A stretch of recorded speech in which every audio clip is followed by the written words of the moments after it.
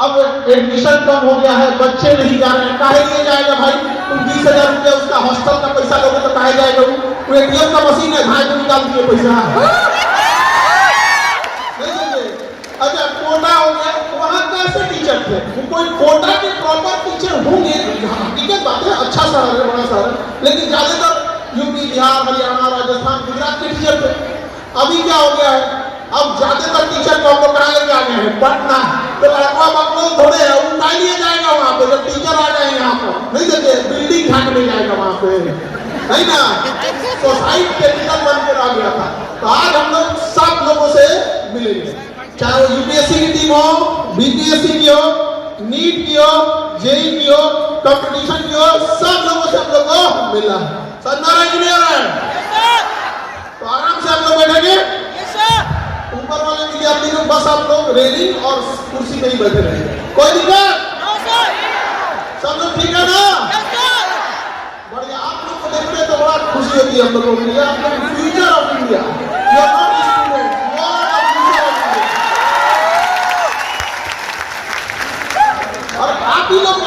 देश आएगा।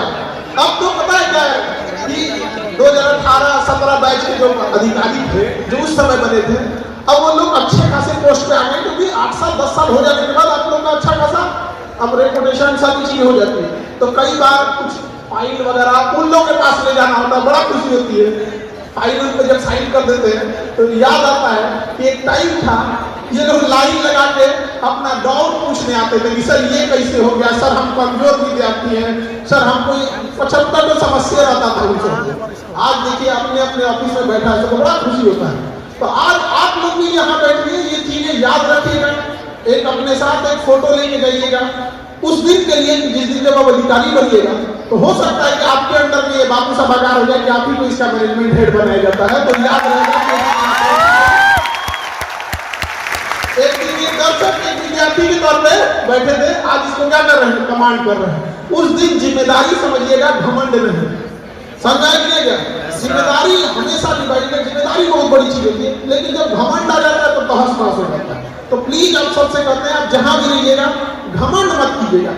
किस काम का घमंड चल रहा है, रावण का सोना का लंका नदी का, तो हम लोग का ढलैया वाला घर टिकने वाला है छड़ मिट्टी बालू का घर टिकेगा नहीं होता है। ये आप गौर से देखिएगा तो कोई जन्म मृत्यु नहीं, एक समय होता है जब हम इस पृथ्वी पे गुजारते हैं, उसके बाद इस पृथ्वी से छोड़ के कहीं चले जाते हैं। इसलिए कभी किसी चीज का अहंकार मत कीजिएगा, ना ही किसी चीज के खोने का कोई अफसोस कीजिएगा। दुनिया का सबसे बहादुर इंसान कौन होता है, जिसका सब कुछ खत्म हो गया, सब कुछ। तुम्हारे पास खोने के लिए है क्या? कुछ भी खोने के लिए नहीं है। इसलिए जी जान लगा के दौड़ो पागलों की तरह, जो कुछ मिलेगा वो हासिल होगा। खोने के लिए तो बचा ही नहीं, समाज में सब कुछ छीन लिया। पूरा जी जान लगाकर भागना, जब थकने लगिएगा तो उस माँ से को अपनी आंख के सामने याद कीजिएगा, क्या कभी आपके लिए वो थकी थी? कभी नहीं। और आप नींद में उठा के भूख लगा तो खाना बना के दे देंगे, लेकिन आप लोगों को मोबाइल चलाने से फुर्सत नहीं है। नींद, आराम चाहिए, लग्जरी लाइफ चाहिए। केवल सपना देखने से नहीं हो जाता, उसके लिए आप लोगों को काम करना पड़ता है। तो इसलिए आप सब लोगों का ये जिम्मेदारी बनती है कि जब यहाँ से आए हैं तो खाली हम यहाँ से नहीं बैठे। क्या खाली हाथ गए थे? नहीं गए थे वहां पे। अभी रतन टाटा जी यहाँ से इस दुनिया से चले गए, क्या वो खाली हाथ गए थे? नहीं गए थे यहाँ पर। तो उसी तरह से जिन्होंने समाज में हम लोगों को धिक्कारा है, कई बार हम लोगों को गालियां दी जाती है बिहारी कह के, तो उनको गालियों का जवाब हम लोगों को मुंह से नहीं देना है, हमें अपनी कामयाबी से देना है कि देखो बदलता हुआ ये देश है, बदलता हुआ ये राज्य है, हम सब एक हैं, हम सबको मिलकर इस कुरीतियों से लड़ना है। यहाँ पर समझा नहीं, माचिस से नहीं, माचिस से नहीं, कामयाबी से जला देंगे, कामयाबी से। समझा नहीं क्या? वो जब कामयाबी से आग लहकता है ना, बहुत अंदर तक तकलीफ पहुंचाता है। खास करके बात लड़कियों के लिए कर रहे हैं। आप लोग बंदी लोग मन लगा के पढ़ाई कीजिएगा, चाहे जो भी हो सके। अगर कोई आपको बोल रहा है ना तो उससे उलझने की कोशिश मत कीजिएगा, डिस्टर्ब हो जाइएगा, सौ लीजिएगा। किसको लोगों ने नहीं, और सबसे लंबा छला हम ही मारे।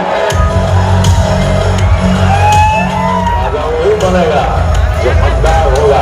आज एक ऐसे प्रेरणा स्रोत शिक्षक की स्टोरी साझा करने जा रहा हूँ जो आज भारत के भविष्य की नींव को मजबूत बना रहे हैं, जिन्होंने अपनी कठिनाइयों और संघर्षों को पार करके न केवल अपने सपनों को पूरा किया बल्कि लाखों छात्रों के जीवन में एक नई रोशनी भी डाली। वह शिक्षक जिनका सपना आर्मी में जाने का था, लेकिन जीवन ने उन्हें कुछ और राह दिखाई। उन्होंने कभी हार नहीं मानी और अपनी निरंतर मेहनत और लगन से खुद को आज देश का नंबर एक शिक्षक बना लिया, जिन्हें आज हम सब खान सर के नाम से जानते हैं। तो खान सर का सपना था इंडियन आर्मी की वर्दी पहनना। वो देश की सेवा करते हुए खुद को देखते थे, उनका दिल देशभक्ति से भरा हुआ था, लेकिन लगता है किस्मत को कुछ और ही मंजूर था। जिंदगी ने करवट ली और उनका रास्ता उन्हें एक अलग ही बुलावे की तरफ ले गया, शिक्षा की तरफ। खान सर का सफर आसान नहीं था, उन्हें कई चुनौतियों का सामना करना पड़ा। ऐसी मुश्किलें आई जिन्होंने उनके हौसले को परखा, लेकिन वो डटे रहे, उनका जज्बा नहीं टूटा। उन्हें समझ आ गया कि देश सेवा सिर्फ युद्ध के मैदान तक ही सीमित नहीं है, वो दूसरे तरीकों से भी योगदान दे सकते हैं, शिक्षा के माध्यम से बदलाव ला सकते हैं। पटना की गलियों में एक आग जल उठी, खान सर के पढ़ाने का जुनून ढटकने लगा। उन्हें एहसास हुआ कि शिक्षा एक शक्तिशाली हथियार है, अज्ञानता और गरीबी के खिलाफ। वो एक टीचर बनेंगे, एक मार्गदर्शक, नौजवानों के लिए एक गुरु। ले ली जाइए पढ़ने के लिए, या तो उन्हीं टीचरों को यहाँ लाया जाए। तो जब हम लोग शुरुआत किए थे ना, तो मशरूम कैसे निकलता है, अब तो समझते हैं मशरूम। वैसे जहाँ तहाँ हम देखे कि पहले जब हम यूपीएससी और बीपीएससी स्टार्ट किए तो यहाँ एग्जिस्टिंग कोचिंग जो थी उन लोगों के टीचर से और मैनेजमेंट से जब हम बात की है तो पता चला कि इन लोग का उद्देश्य कोई यूपीएससी या बीपीएससी पीसीएस को पढ़ाना ही नहीं है। इनका उद्देश्य है कि लाख 2 लाख रुपया फीस लो और 100 बच्चे को बैठाओ, करोड़ रुपया आ जाएगा, उसमें से केक कटेगा, सब में बटेगा, जाओ काम खत्म। तो ये व्यवस्था थी। हमको लगा कि ये शायद एक कोचिंग की समस्या हो। अशोक राजपथ पर लगभग हम 15-20 कोचिंग देखे जो यूपीएससी बीपीएससी के लिए थी। सबकी कमोबेश स्थिति यही थी। सबका कहना था कि सर महीने में 100 बच्चे आ जाते हैं। हम कहें कि ऐसे जिन टीचरों को आप रखें इनका तो कोई स्टैंडर्ड ही नहीं है। तो कहा कि बच्चे का ही कौन स्टैंडर्ड है, उसको क्या पता चलने वाला है। बच्चों में भी कहीं सब पढ़ लेते हैं तो अहंकार आ जाता है। अरे पढ़ाई बहुत टफ चीज नहीं होता है। आराम से आपको टेबल कुर्सी दिया जाता है पढ़ने के लिए। आपको नहीं आ रहा है वो अलग बात है, या फिर आपकी स्कूलिंग गड़बड़ हो गई थी, बेस खराब हो गया था, वो अलग बात है। लेकिन पढ़ाई टफ नहीं है। आपको एक बार समझ में आ जाएगा तो आप भागिएगा नहीं। आप खुद से सोच के देखिए, जो सब्जेक्ट आपको आता है क्या उससे मन भागता है? नहीं भागता। तो जो सब्जेक्ट आपको मन नहीं भागता है, याद रखिएगा, जिसमें आप अच्छे हैं, जो सब्जेक्ट आपको बहुत अच्छे से आता है वही आपको फेल कराएगा और वही फेल कराता भी है। क्योंकि जिन बच्चों का रिजल्ट नहीं होता है ना, अगली बार फिर पढ़ने चालू करते हैं, अब फिर तो थोड़ा वही पढ़ता है। अरे वो गॉड गिफ्टेड है तुम्हारा। अक्सर सुनते होंगे कि ऊपर वाला गॉड गिफ्टेड कुछ क्वालिटी दिया है, वैसे पढ़ाई में भी दिया है। आप कोई सब्जेक्ट की तैयारी करोगे, आप देखोगे नीट की कोई तैयारी कर रहा है, उसका फिजिक्स ठीक रहेगा, केमिस्ट्री ठीक रहेगा, बायोलॉजी ठीक रहेगा, कोई एक गड़बड़ा जाएगा। जूलॉजी रहेगा तो बॉटनी गड़बड़ा जाएगा, केमिस्ट्री ठीक है तो फिजिक्स गड़बड़ा जाएगा। क्योंकि बाई बर्थ हमारे पास क्या होती है, कुछ क्वालिटी होती है। तो आप समझिएगा, जो बाई बर्थ क्वालिटी है उससे हमको कोई टेंशन ही नहीं है, वो ऊपर वाला दिया है। हम लोग को क्या करना है, जो हमारा कमजोर है उसको थोड़ा सा बेटर ध्यान दे देना है ताकि उसमें निखार आ सके।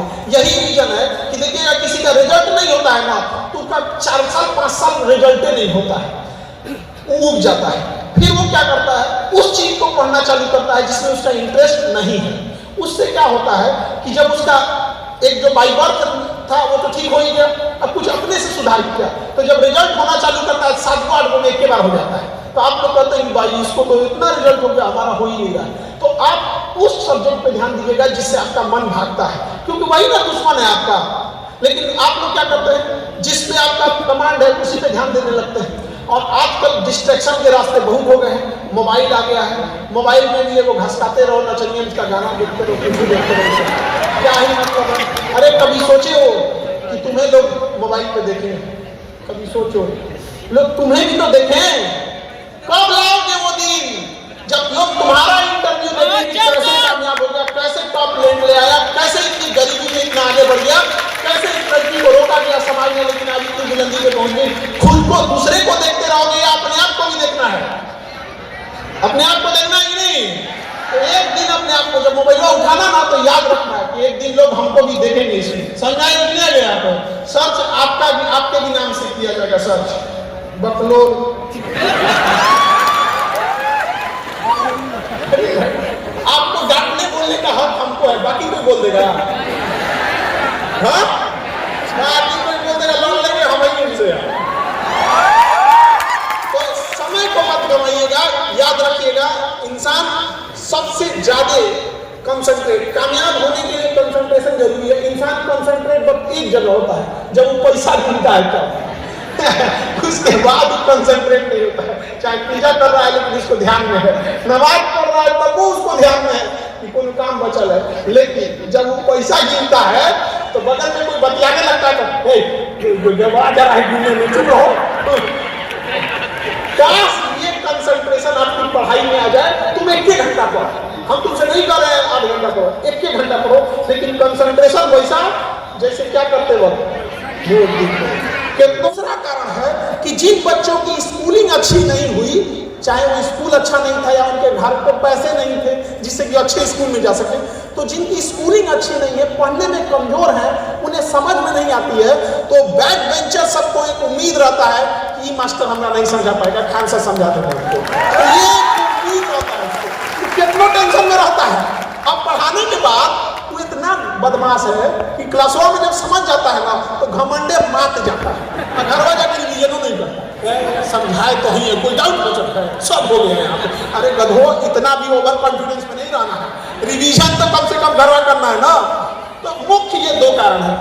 एक और कारण कि कई बार, दो कारण, तीसरा कारण था कि कई बार हम देखते थे शिक्षा जगत में कि शिक्षक अपनी नॉलेज दिखाने के लिए इतना ओवर थोप के पढ़ा देता था, ये भी पढ़ो, ये भी पढ़ो, ये भी पढ़ो, एक के विषय में दबा के मर जाता था, एक के विषय थोप के धा देता था, और उसको एग्जाम से कोई मतलब ही नहीं। एग्जाम पूछ रहा है, आई पढ़ा रहे हैं कुछ, हट्टा मार का पोथी पढ़ा दिए, एग्जाम में आ रहा है कुछ। तो वो ये भी था कि टू द पॉइंट एग्जाम में क्वेश्चन आए, हूबहू आए, और इतना आए कि लोग रोकने के लिए कोशिश नहीं, साजिश करना पड़ जाए।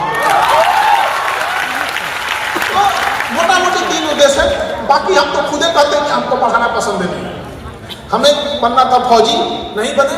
हमें करना है कि जैसे आज देखिए 10 लोग, आज देखिए एजुकेशन में पहले आप लोग आज से 5 साल पहले इतनी लड़कियां पढ़ती थी क्या? नहीं पढ़ती थी।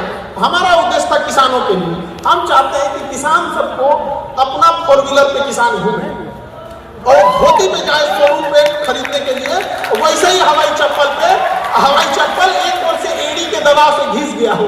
किसान का हवाई चप्पल देखना ना, एक ओर से घिस चुका रहता है, अब फीता उखड़ जाता है उसका, लेकिन हाथ में लेके फिर फीतवा लगा लेता है, उसी चप्पल पे जाए 4 व्हीलर खरीदे। लेकिन हम इधर टीचिंग में हम सोचे थे कि थोड़ा दिन पढ़ा हुआ कि हम निकल जाएंगे, लेकिन ऐसा ना हम इसमें लगा, तुम लोग का चेहरा देखते हैं तो हम निकल ही नहीं पाते। हम कहेंगे भाई साहब इन सबको आधा रास्ता में छोड़ के हम जाएंगे कहाँ यहाँ पर, लेकिन ऐसा उद्देश्य नहीं है। उसका रीजन भी है, हमने शिक्षा जगत में आए तो हमें लगा कि बहुत ये लोग पढ़े लिखे हैं लोग, हम पहली बात बता दिए कि एजुकेशन हम पढ़ा रहे हैं वो अलग बात है, बट हमको इधर टीचिंग में मन नहीं, इसलिए हमको अलग किया। तो कुछ लोगों को लग जाती है, तो उन लोगों को हम कहते हैं तू छोड़ेगा नहीं, तुमको बताना बेवकूफी है। हम एकदम सीधा बात बोलते हैं कि नहीं कि बात छोड़ दे, कोई जरूरत नहीं, तोरा जितना में समझाएंगे उतना में 50 लोग हम बिगड़ने से रोक देंगे। तो मर 140 करोड़ लोग हैं देश में। तो अच्छा, लोग कहते हैं कि शराब बस आते हैं, शराब कोई नॉर्मल चीज है। एक माँ की खुशी छीन लेता है, एक पिता का प्रतिष्ठा छीन लेता है, एक पत्नी से उसकी खुशियां छीन लेता है, एक बच्चे का उसका पूरा सपना छीन लेता है। बस एक व्यक्ति जब शराब पीना चालू करता है तो लोग कहते हैं शराब एक छोटी चीज है। हम आपको क्यों रोक रहे हैं? यही एज है बिगड़ने का और यही एज है बनने का। अगर आज के डेट में अगर आपने अपने आप को 1 से 2 साल तक इन चीजों से रोक लिए तो फिर आप कभी नहीं बिगड़ेंगे, कभी नहीं। फिर आपको कोई प्रॉब्लम करेगा तो कहेगा हटा, ये सब चीज हमको नहीं चाहिए। तो ये, और इसमें दोस्त सब बड़ी बिगाड़ते हैं। कहते दोस्ती के लिए तुम एक काम करो, शराब पी लो। उसे कहना कि दोस्ती के लिए तुम छोड़ दे, तो दोस्ती के लिए छोड़ दे ना, दोस्ती एक ही तरफ से रखा जाता है। ठीक है, एक गिलास लाना, नाली का पानी निकालना है दोस्ती के लिए, पी ले यार, इतना क्या होता है, जहां तो है मर तो जाएगा, गंदा ही पानी है ना। दोस्ती केवल हम ही निभाएंगे। मेरा सोचिए, सब कुछ तबाह कर देगा, सब कुछ तबाह कर देगा। इसलिए ऐसे दोस्त से बेटर दुश्मन होते हैं। दोस्त सबको साइड कीजिएगा, ज्यादा दोस्त भी बनाने की जरूरत नहीं है, क्योंकि जितनी बड़ी गाड़ियां देखना जो करोड़ों की आती है उसमें सीट बहुत कम होता है, क्योंकि उसे पता है कि जो इसे खरीदने की हैसियत रखता है उसके ज्यादा दोस्त नहीं होंगे यहाँ पे, उसके पास इतना समय ही नहीं होगा, समझा ही नहीं आएगा। इसलिए थोड़ा इन सब चीजों को भी अपने आप को थोड़ा सा संभाल के रखिएगा। समझा रहा है कि नहीं आ रहा है? और आजकल एक बड़ा फेमस देख रहे हैं कि जिसको आ रहा है वो भाषण दे रहा है कि पैसा जिंदगी जीने के लिए मायने नहीं रखता है, पैसा सब कुछ नहीं होता है। ये बात बोलने के लिए भी बहुत पैसा कमा के रखना पड़ता है, समझा ना। इसलिए याद रखना, अगर आप ना कामयाब हो गए हो और जमीन पे बैठे हो तो लोग बड़ी इज्जत देंगे, बाप रे बाप आईएएस अधिकारी हो के नीचे बैठ गया है। लेकिन एक किसान नीचे बैठ जाएगा तो कहते हटा दी इसको यहाँ से। ये जजमेंटल है हम लोग का समाज, हमारी सोसाइटी। थोड़ा सा आपका दिन खराब होगा ना, लोग आपको तबाह करके रखते हैं। आप अभी तो कम, जिस दिन आप कामयाब होंगे ना तो एक आदमी चाहने वाला और 4 आदमी आपसे नफरत करने वाला ऐसे ही पैदा हो जाएगा, और इससे पता नहीं उसका क्या बिगाड़े रहेगा, और ऐसे ही करने लगेगा। आप लड़की लोग को भी देखिएगा, लड़के लोगों को भी, आप पढ़ने आए ना, बहुत सारे रिश्तेदार लोग के पेट में दर्द हो गया होगा, ऐसा में से पता नहीं क्या है ये सबको क्या तकलीफ हो जाता है। और लड़कियों समय तो और पढ़ लिख रही है, मतलब शादी ब्याह कर दो, अजय भाई